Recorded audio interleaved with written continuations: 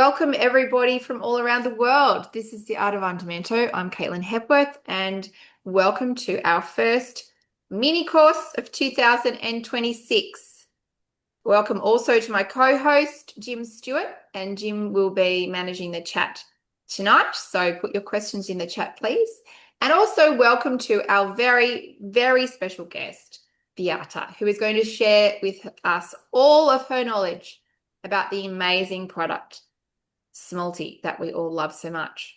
Okay, so Beate has prepared an absolutely fabulous slideshow for us tonight. She's sourced images from her own personal travels around the world as one of Australia's leading Smalti importers and distributors. So I'd like to just start by telling you a little bit about Beate.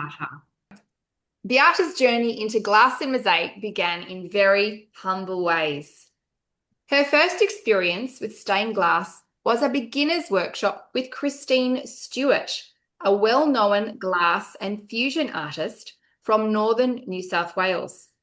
Like many people starting out, Beate's very first project was a flower pot, and amazingly, it is still fully intact today. She must have done a really good job. That early spark led her to attend several more courses with Christine, including an intensive 10-day workshop in Urunga on the mid-North Coast. These were simple beginnings, but they laid the groundwork for a lifelong love of glass. Sometime later, Beate came across Smalti for the very first time, and she thought, what on earth is this? It wasn't flat. It was chunky and uneven and full of little holes, but the colours were incredibly vibrant. She did a small beginner's course and she still wasn't completely convinced, but she persevered, and that curiosity slowly turned into a fascination.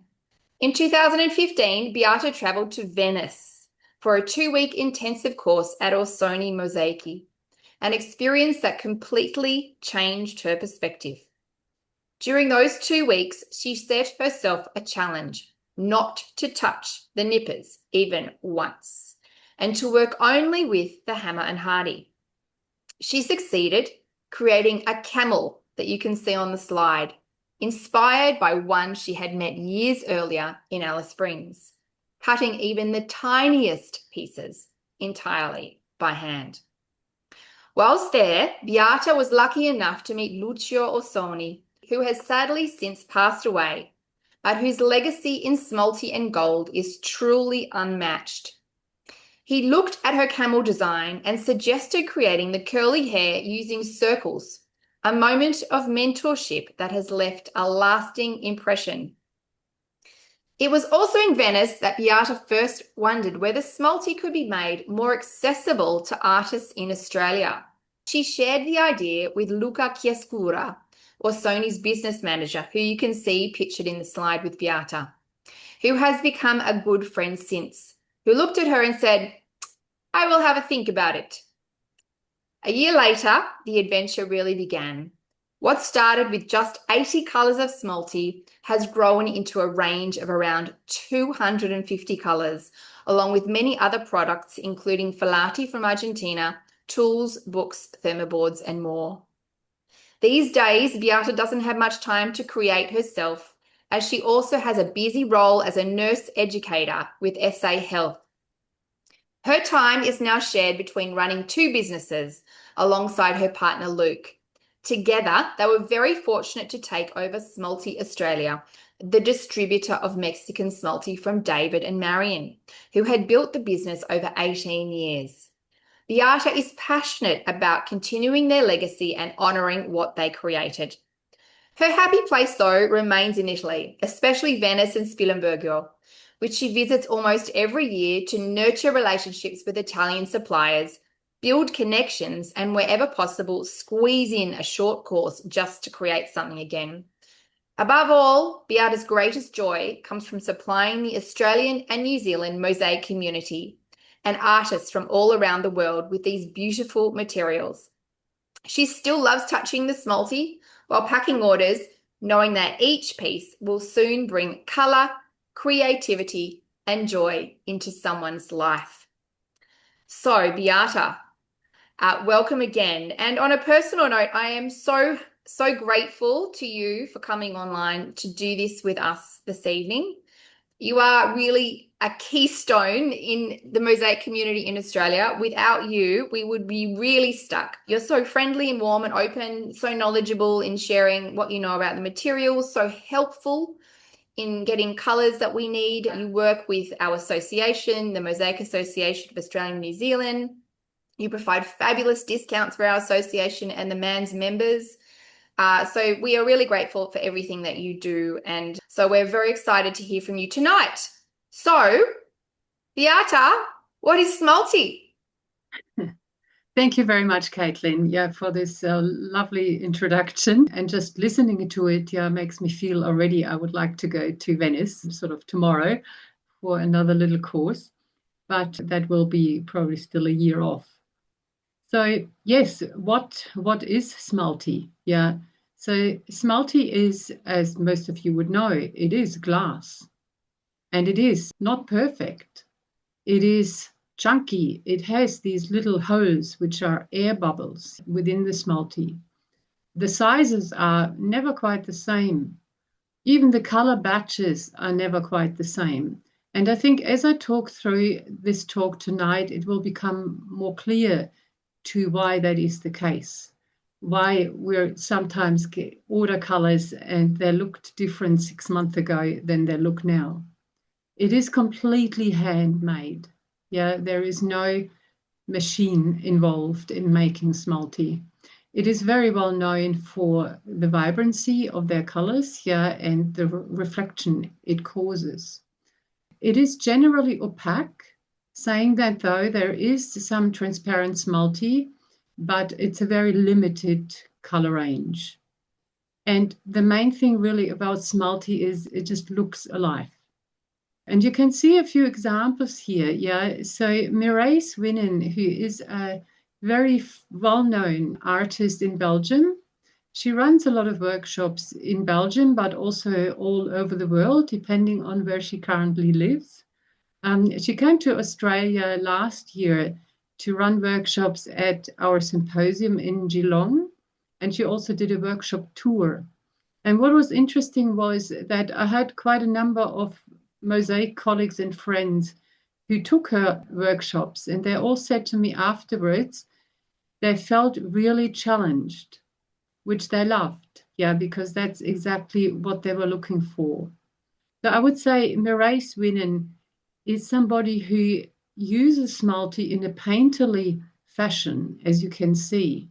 So there is the bird, the heron, which she actually created specifically for Australia for her visit.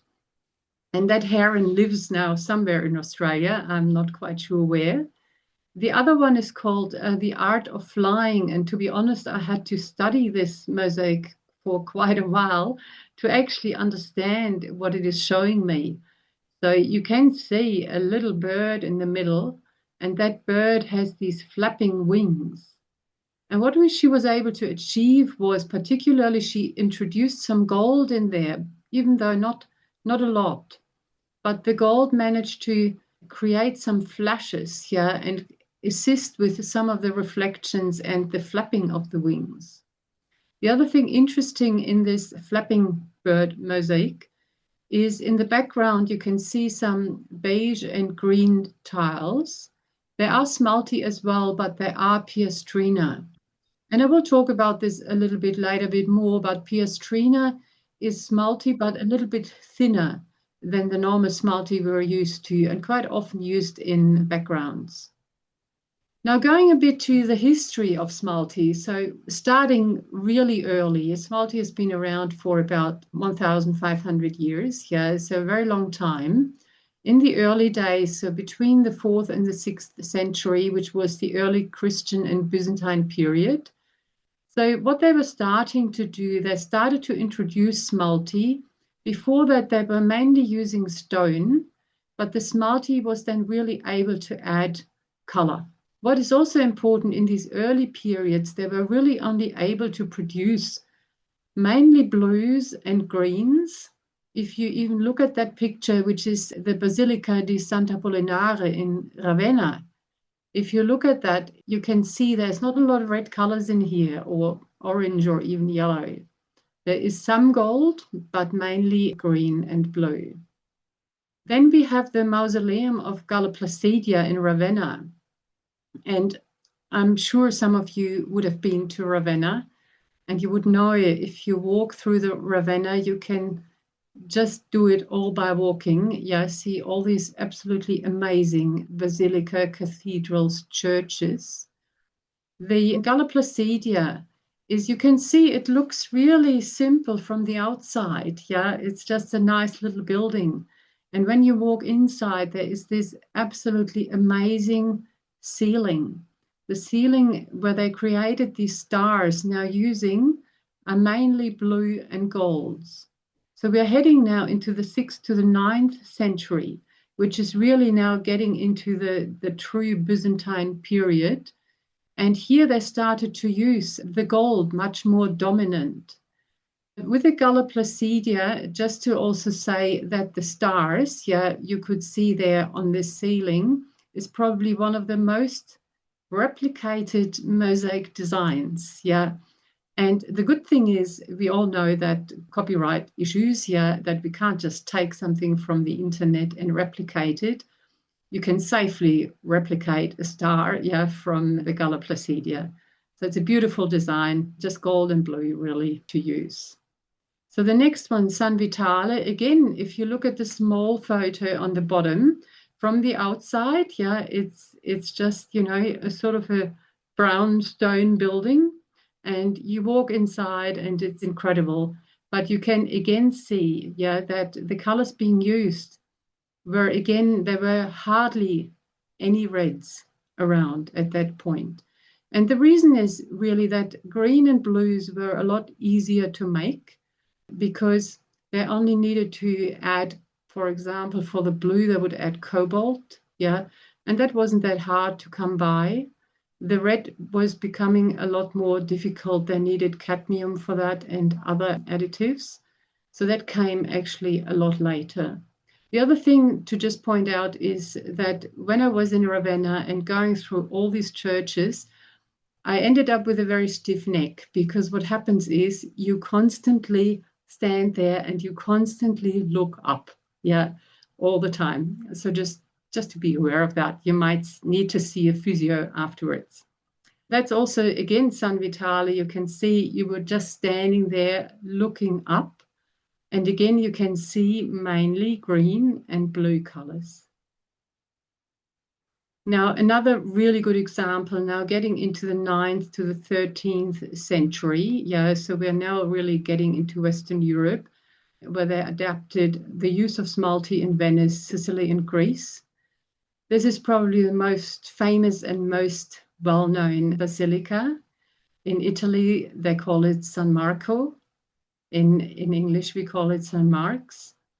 One thing I wanted to add here is when I was at Orsoni to do this 2-week course, we had a lovely person there called Liana. She was working for Orsoni, and she asked me and the friend I had with me at the time, she said, "Oh, do you want to go to San Marco and I'll show you around inside?" And we said, "Yeah, sure, that would be great, having a local with us." So we went to San Marco. And of course, there was this massive queue of people wanting to get in. So she said to us, "We'll go in the Italian way." And I thought, what's the Italian way? We went to the exit, yeah, where all the people were coming out, and we went right in. So we basically went against the stream of people. She waved to a few people. She obviously knew them. And we just went through the basilica the other way. So that's the Italian way if you ever need to get in quick. What is amazing here is to see the use of gold. So you can now see that particularly in the Byzantine period, that gold was becoming now dominant. And it was still not being used in a painterly fashion. It was being used in symbolism, yeah, at this time. The other thing is, just talking about the gold in that basilica, Orsoni produces the gold. which is being used to constantly restore this basilica, because that is a constant. Yeah, you constantly have to fix, restore, and work on it. But meaning you're probably used to the small gold smalti tiles, yeah, which are 1 by 1 centimeter and fairly thin. The gold they produce for San Marco is really, really thick. It's really thick pieces, yeah, which we would never use in our art. So they custom make them for specifically San Marco. Another really good example is we have here St. Peter's here in Rome. So during the 15th to 16th century, that's now the Renaissance period. And sorry, I'm saying that probably in a French way, not so much in the English one. That's my German background. So what is happening here now is, and that's quite new in that period, that they basically replicate paintings into mosaics. So they interpret the paintings into mosaic. The reason for that is that mosaic will last a lot longer than a painting. So some of these paintings in St. Peter's are from Raphael and Michelangelo. This set also the stage for the Vatican Mosaic Workshop, which was founded in 1576. Part of the reason that workshop was founded was really to mosaic, maintain, restore St. Peter's in Rome. That was their main purpose. And again, you can see this beautiful basilica inside, again, with a lot of gold, but obviously also a lot of marble, yeah, on the floor as well. Now, this is just a bit of a snapshot of the Vatican Mosaic Studio. That studio is not accessible to the public. I believe, yeah, I've been trying to find out a little bit more, but I believe there's sometimes some sort of special tours, yeah, where you can sign up for and you might be able to get a glimpse of the studio, but it is not possible to actually go in. These artisans, yeah, and they call themselves artisans or mosaicists, yeah, not artists. They are highly trained. They have to be highly skilled and trained in the traditional techniques of mosaic and obviously of these very old churches they are restoring. So some of these artisans, they have been trained in the Spilimbergo School, which is a very famous mosaic school, one of my favorite places to visit. So again, I go here every year. So this school was founded in 1920, something like that. The reason for the school was that in the Friuli area, that's the area in Italy Spilimbergo is in, which is sort of northern Italy, about a bit over an hour north of Venice. The school was founded to give employment to young men, just young men, to provide them with employment. So what they did was, they offered a 3-year training course for these young boys, learning the technique really, yeah, of mosaicing. It was opened later to women as well, luckily. There was also an age limit. Yeah, it started with the age limit was, I think, 25. It has changed. Yeah, it then went to 30. It might even be 35.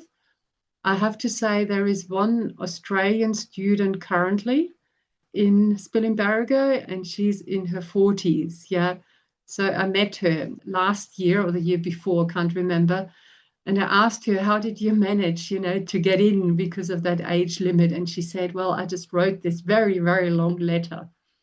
And that obviously she made a really good case. So they just accepted her. The challenge with the school is it is for 3 years. It is free. So there are no school fees here, yeah, which is absolutely amazing. But every student has to speak or learn Italian. It's all done in Italian, yeah. So that student from Australia, she didn't speak any Italian, I think. So she had to just learn very fast. So it's a big learning curve. The other thing to briefly say about the school is that The first year, for example, for these students is a lot taken up with just learning how to use the hammer and hardy. Yeah, so they really need to get that down pat. Then they will focus, for example, on portraits. So they have a very, very strict curriculum because it is important they learn these traditional techniques because, as you can see, if they want to get employed by the Vatican, they need to have these skills. After 3 years, they will choose the 10 best students, and these 10 best students can do a fourth year at the school. And only then, in the fourth year, they are allocated a mentor. They then will be able to develop their own designs and do some more contemporary mosaic. So it's fascinating. If you haven't been there, it's absolutely worth a visit. You can do tours to the school. It will honestly take you a whole day and always feel like come out completely overwhelmed. I was lucky in September last year to do a 4-day course at the school. So they do open the school for short courses, like for the older ones like myself, yeah, who can't do the 3 years. And I better stop talking about that school, Caitlin, because I could talk about that all day. So we've talked a bit about the history, but also now really looking at when did they start to make Smalti? Yeah, what were the really early beginnings? And the early beginnings were what they made a glass paste. Still very similar in terms of ingredients, yeah. It was still exactly the same, sand, yeah, or crushed quartz, soda, which is natron, and then any additives, which could be minerals, which could be oxides. But of course, then the technique wasn't that refined. That was just the beginning. This is a great example here. We can see here, and I truly struggle to pronounce this properly in English. So I'm going to hand over to Caitlin because she knows this place really well to talk a little bit about it. Well, thank you, Beate. So I will interject very briefly. It's Herculaneum, and it is a city outside of Naples that was also buried in the eruption of Vesuvius in 79 AD. And many of the treasures of Herculaneum were slightly more intact than the treasures of Pompeii, mainly because it was buried so much deeper. And one of the most famous glass paste mosaics, which we'll see next, is found in Herculaneum. This city was buried under 20 meters of ash from the pyroclastic cloud. And you can get a sense of it here. So in this photo that Beate has supplied, this wall here was ash. So this is the height above the city that the whole thing was buried. And this was actually, on this side, was actually the beach or the bay. So along here were the boat houses and the beachfront where people would set their boats and leave. So you can see the height of that wall, which indicates the depth of the ash from the pyroclastic cloud that covered the city. So that's why so much of it is so well preserved, and a lot of it is still intact and has not been excavated. But then I'll hand back to Beate now to talk about the next slide, which is actually a outdoor triclinium in Herculaneum. So the triclinium is a dining room, and often they were outdoor tricliniums as well as indoor tricliniums. And in this one, we can see a nymphaeum, which is where they would have a water display or a play on water, which is on the left there. And then we can see the glass paste mosaic example on the right there. In the middle, though, you can see an indent, and that was an impluvium or a pool. And the diners would recline around the pool, and there would be water in the pool, etc., and a mosaic possibly also in the pool. So, Beate, would you like to talk about this and the next slide with this beautiful artwork? Yes, so if you want to go to the next one, Caitlin, because you already explained that all very beautifully. So you can see in terms of, again, colors here. Yeah, so it's mainly blue. There's a little bit of, I would not call this red. It's probably more into the brown direction. And if you go one further, I find this quite fascinating because when we look at our Smalti today, yeah, we can see quite often it is very vibrant and very shiny.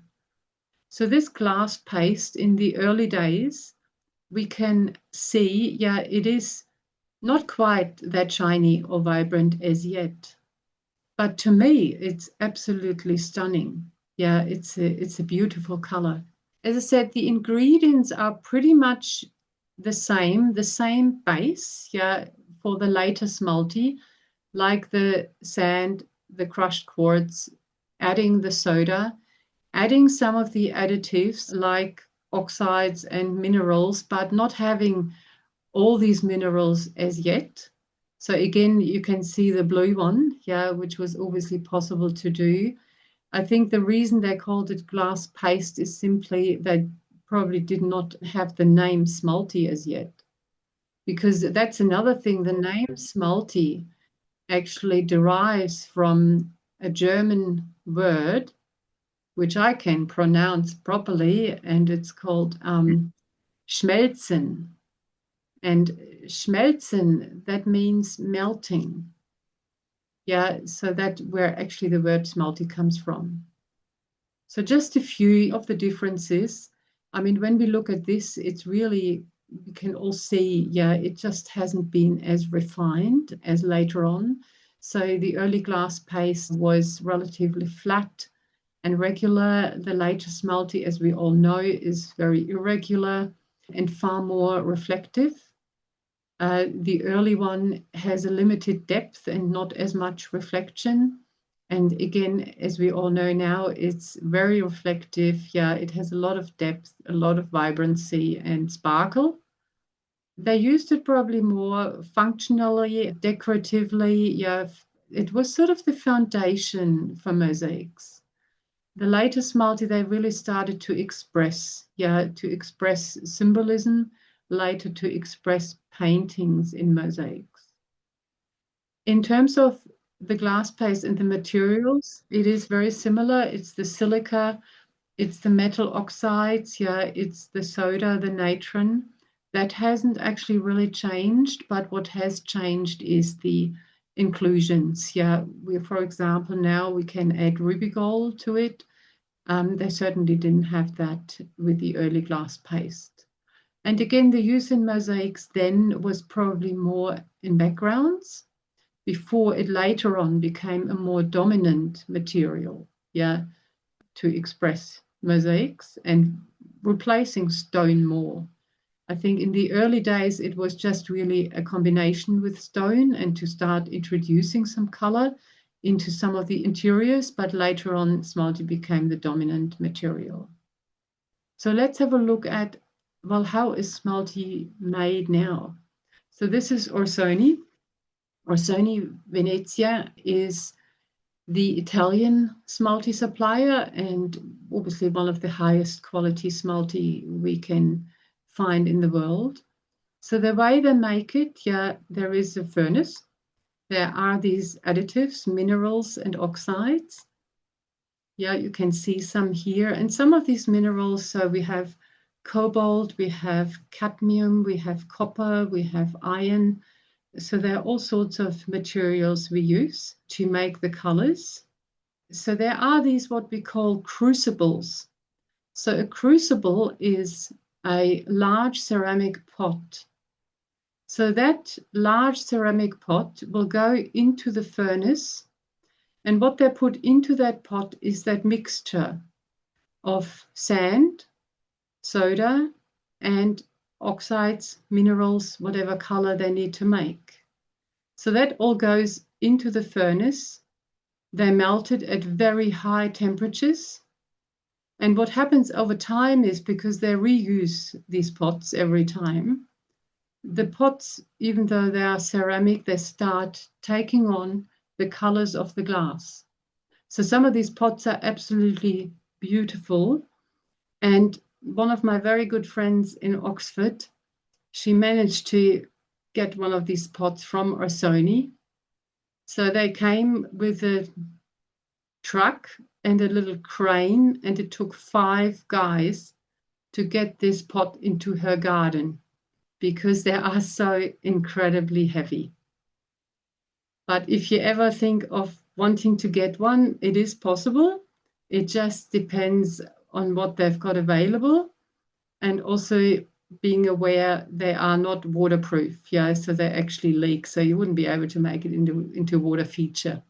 I think my friend tried that, but that water disappeared pretty quick. But yeah, beautiful. So they put everything in there. They then have to really try and match these colors. And of course, they have their recipes, yeah, so they would know how much of that mineral goes into this mixture. But this is all done manually. It's not a machine telling them this is exactly what you need to put in there. So there is the master of the furnace, and that's the person, the photo with the hands down there. So the master of the furnace checks against the very original samples they have to match that color as much as possible. But it probably will never be exactly the same. So it goes into the furnace. What happens then is it melts in these massive pots. And then there are these guys who work at Orsoni, and they have these, I don't have a photo of that, but they have these massively long, very, very heavy metal spoons. So it's like a spoon, but it's huge. It's very long, very heavy. So they get in there and they scoop out, yeah, a bit of that glass with that massively long metal spoon, and they put it on a plate to cool it off. Now, a little video, it's a very short video, but it will actually show you just some of that process. So what happens here is, see, that was the metal spoon, they chucked it on there. Now it just comes out, it's just a plate or a pizza. It's still soft, it's still super hot. It now goes into the annealing machine. Annealing means cooling down. So now it's cooling down. It's a long and slow process. And now it's coming out, yeah, as the actual finished product and the glass. So what I wanted to highlight here is there are a few things which are absolutely crucial, yeah, to making Smalti and to get that right. So first of all, it's obviously that mixture, yeah, of what we add to it to get that bit right, to get the color right. The other thing is, though, it's the annealing process. As I said, annealing means cooling down. It's hugely important because if we cool it down too fast, it will break and it will crack. So there's a real art to this. And what happened some years ago when I was at Orsoni, Orsoni does tours. Yeah, so you can book into a tour and they will show you through that furnace and you will see that process. And then they will take you to their color library and you can see all that. So many years ago, they had a Chinese business group, yeah, booking a tour. And I remember Luca, the business manager, he said, I have a feeling that they may want to know more about the process and how we make the Smalti. So what they did was they actually blocked out the windows of the furnace. So they did not allow them into the furnace, particularly because of that annealing process. This is obviously, it's a secret recipe which has been handed down from generation to generation within Orsoni. And they are very protective of that. Beate, do you know how long the annealing process takes? Because I'm aware in ceramics and in art glass, it can take hours, days, and in some cases months. So do you have any idea how long it takes for smelting? No, I don't actually. I'm not sure how long that will take. But no, I don't want to say anything wrong now. But as I said, it has to be slow. So it would take a while to get through that whole sort of machine, or it's on a sort of a band, yeah, moving down there. The other thing I just wanted to quickly say as well is purple colors. We so often say purple is so difficult to make. And particularly in Smalti, it's not always easy to get a really nice purple. The reason for that is a lot of the colors, when they make Smalti, let's say they make a blue, they only need one additive, which is cobalt, for example. Or if they make red, it would be cadmium. But for purple, they can't just use one. They have to use two or three. And you can imagine that makes it really difficult, to get two or three of these additives and then get that right. So quite often purple can turn nearly into brown. So it goes sort of towards the brown tone if the mixture is not completely right. And the other important bit to say is that apart from the annealing process, the temperature itself is also super important. As an example, black smalty, right? You would think black smalty is just black. Yeah, there can't be anything different apart it from being black. So last year I got a new black batch and I looked at it and I thought, oh, it looked just very, very slightly transparent. And I thought, that's new. So I asked Orsoni about it. I said, that doesn't quite look like the normal black.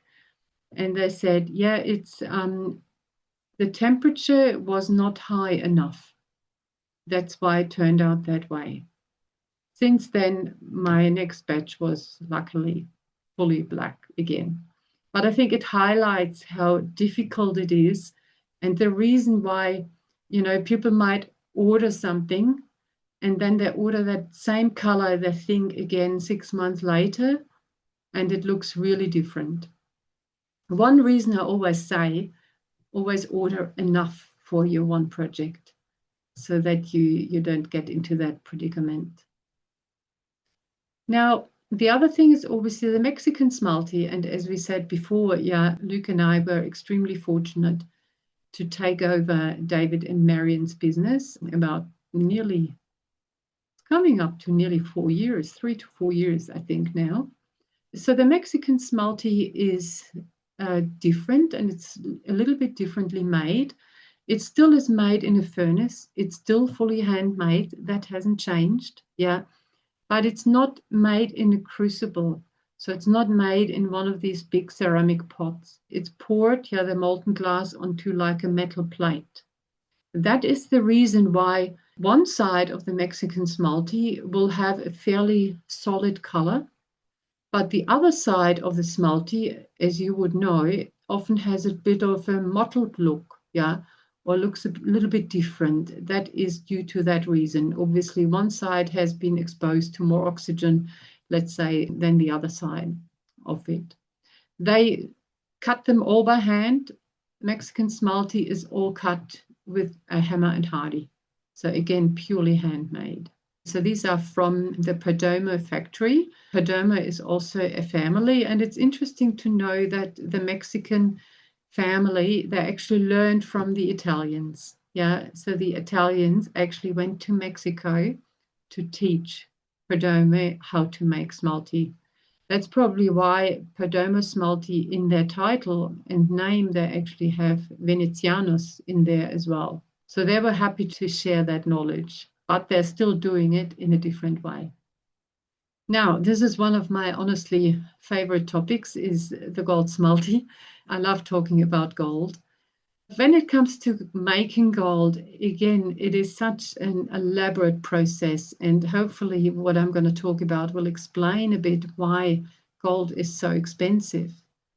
Now, gold smalti is made with a 24-karat gold leaf, but that gold leaf, which is very, very thin, as you can see in that photo, has to be made first. So that is another very small family company in Venice. It's a father and two daughters who make these gold leaves. So they take a pure big chunk of gold, and the father hammers that gold. He has all sorts of different hammers, 100 times or something, to make this really, really thin. Then they give this gold leaf to Orsoni.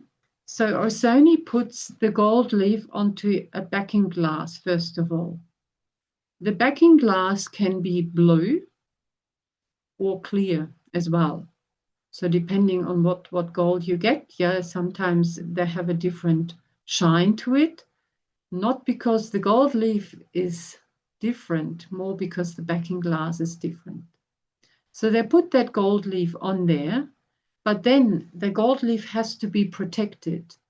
If that wouldn't get protected, it would very easily scratch. So what Orsoni does, Orsoni hand blows a clear glass, very thin. That hand blown glass then gets laid on top of that gold leaf. And then that whole concoction goes into the oven to fuse together. After that, then they start here cutting it into squares. So you can see that blue backing glass. It's quite a special glass. I have used just the blue glass in a mosaic once because I just loved the color.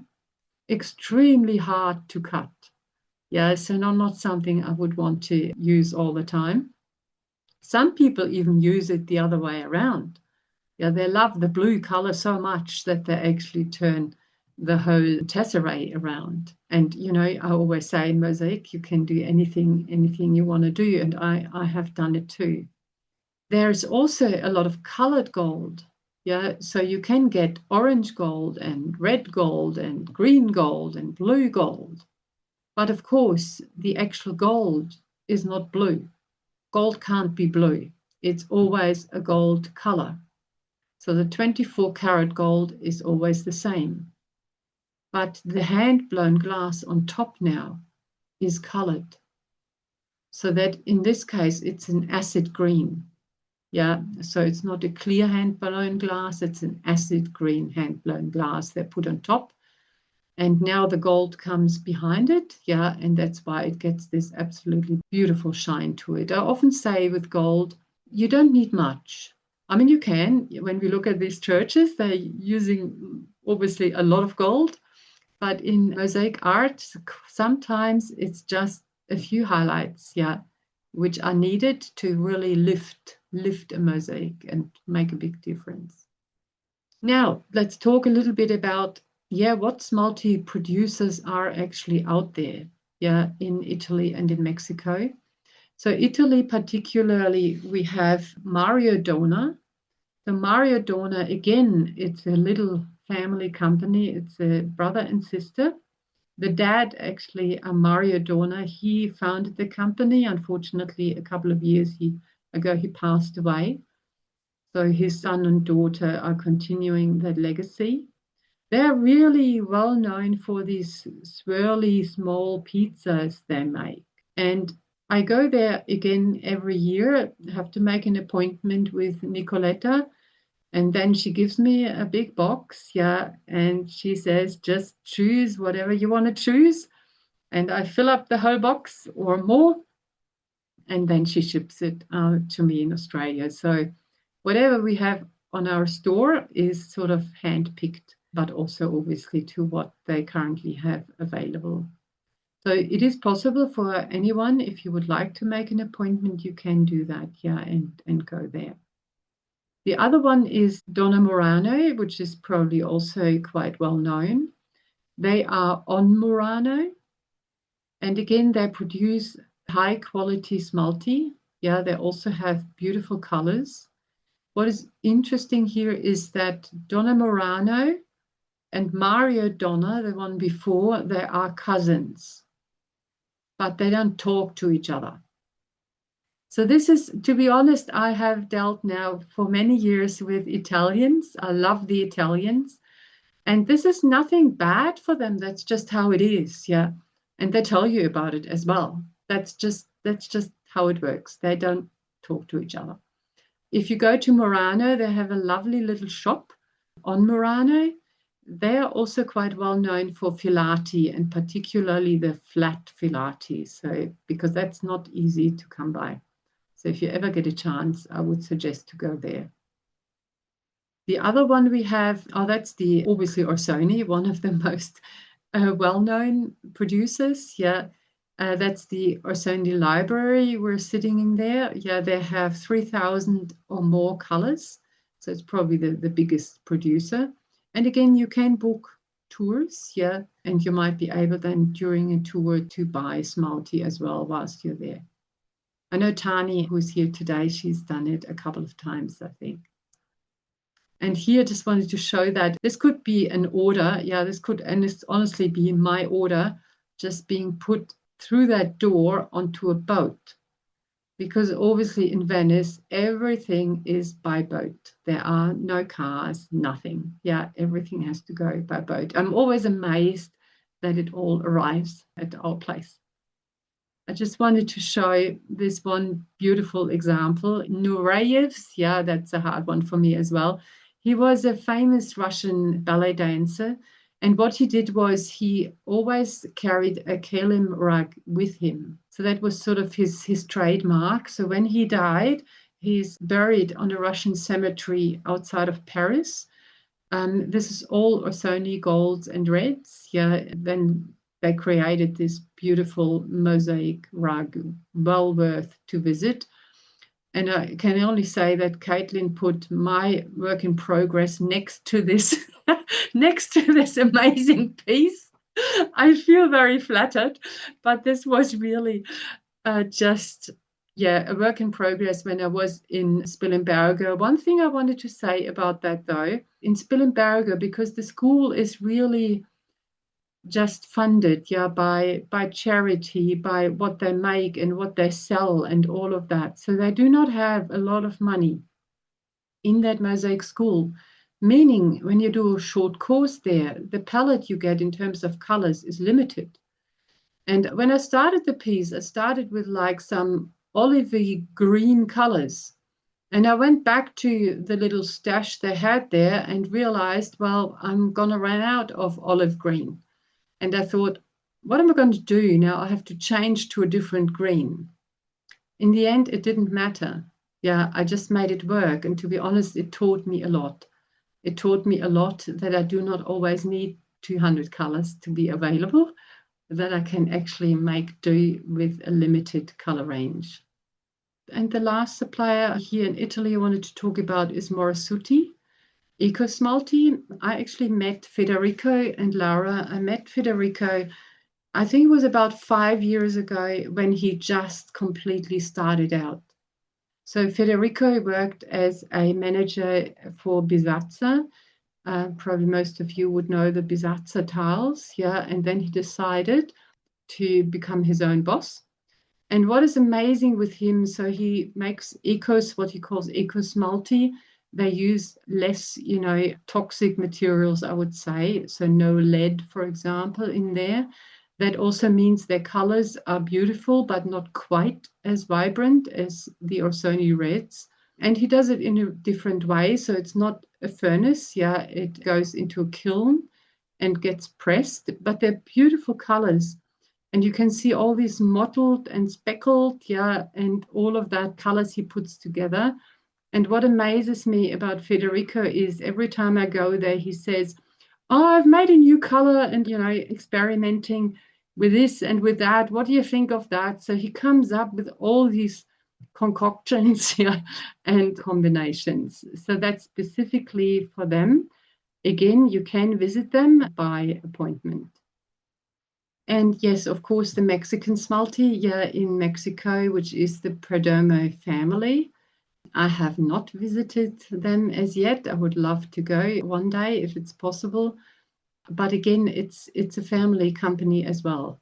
And again, everything is made handmade in this factory. They sent me this photo of, I don't know if I pronounced that right, of Fayoum, Caitlin.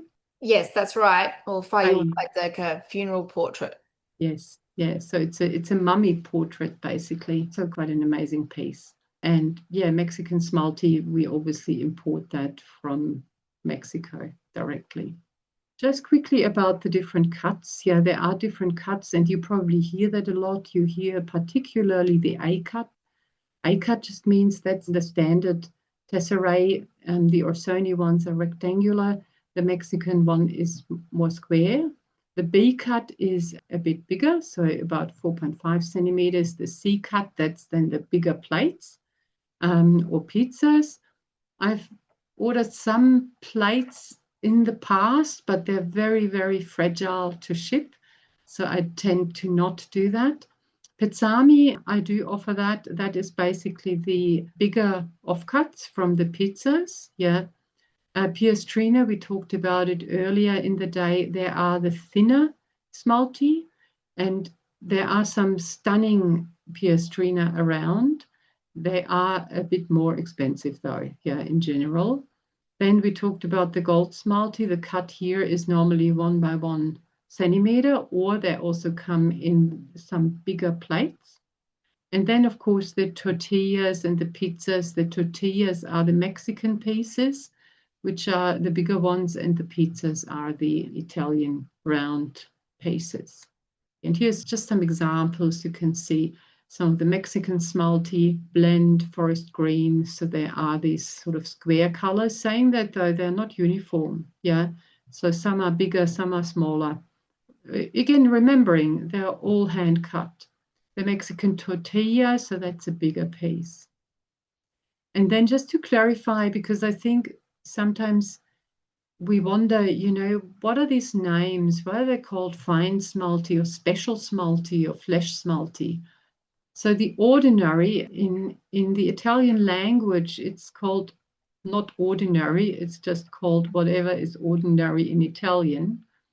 So when they gave me this name, I said, I'm not going to call this ordinary, yeah, in our store, because that's terrible. It's not ordinary. So I called it regular. Yeah, that's how that came about. They're mainly the blues and the greens. Yeah. The fine Smalti, you might see when you use that is quite smooth and it has less air bubbles. Special Smalti, it's not special. They're all special, if that makes sense. Yeah, that's again, it's a name, yeah, to categorize Smalti. And that's mainly the grays, the browns, the more muted tones. So they have a higher copper content. Flesh Smalti is very interesting because it actually has some traces of ruby gold. And I'm sure you would notice that the flesh Smalti, it's not just sort of the beige color or sort of a pink tone.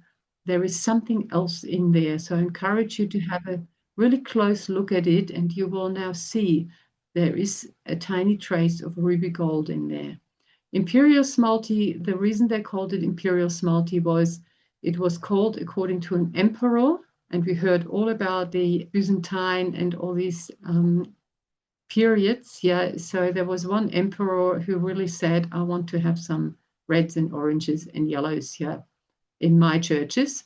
So that's why they called it imperial colors. Just a few examples here. So that's the Italian A-cut. That is that rectangular look. And you can see in the middle, there is an example of flesh Smalti. And it does have a specific hue, a specific tone to it, which we look for in portraits. And yep, just a few more. You can see if you compare it there. Yeah, so the regular Smalti, you can see they have a few more holes and they look a little bit more coarse. It's all to do with, what sort of materials are in there. And the fine Smalti is more smooth. Some of the B cuts, yeah, so again, they're about 4 to 4.5 centimeters. And then the pizzami, that's these offcuts. From these larger plates, you would be able to see coming out in that video. These are piastrina sheets, yeah, so again, they're also cut into squares, a little bit bigger squares, but they're basically being made in these plates, but they are just a bit thinner, again, used in backgrounds. Routing Smalti. Now, I would always say, and then I might actually hand this to Caitlin as well, traditionally, Smalti is ungrouted. Yeah, that's the traditional way. The reason being, we don't want to necessarily fill the air bubbles with grout. It will take away some of the shine and vibrancy. But there are definitely instances where we need to grout, for example, on floors. If you use Mexican Smalti, which is probably easier to use on the floor, and you have, a lot of foot traffic, yeah, you would need to protect that. And Caitlin put up her beautiful feathers here, so I'll let you talk about that, Caitlin, and why you grouted them. Thanks, Beata. So I also am a believer in not usually grouting Smalti. However, in terms of some sculptural work, the piece can be given a little bit more longevity if it's going to be exposed to frost thaw conditions or sea air or extreme heat, extreme cold, natural environments where it might get covered in mosses and plant growth, etc. And the microbes can get into the interstices and start eating away at things. So in this particular set of sculptures I decided to grout these. Also for safety, being a public sculpture, they needed to be smooth and not cut any audience members who wanted to come up or kids that wanted to touch it. So it is the mosaic is a mixture of Mexican smalti, Italian smalti, glass fusions, and oro. So there were aspects where there were sharp corners. We used files to file back any sharp corners, but we still wanted to give a cohesive feeling with the grout. So I used an epoxy grout, which is in a black and a clear. So the clear grout went into the areas where there was a lighter color, say that bright yellow and orange and the reds, and then the black grout went into the black areas. However, it's not something that's necessarily really easy to use. It's definitely not like a cement grout, but I do find that it did give it a much more resolved, smooth, and robust feeling. But it's hard work doing the application and the cleaning, which has to be done exactly at the time. You must clean it straight away. There's no time lag. You can't leave it at all. So just to finish this incredible presentation, can you just tell us a little bit about behind the scenes? Like, what are some of the interesting stories you can tell us about, before this beautifully packaged, color sorted Smalti lands in our post box? What does it look like to you from the arrival to the packing to the sending?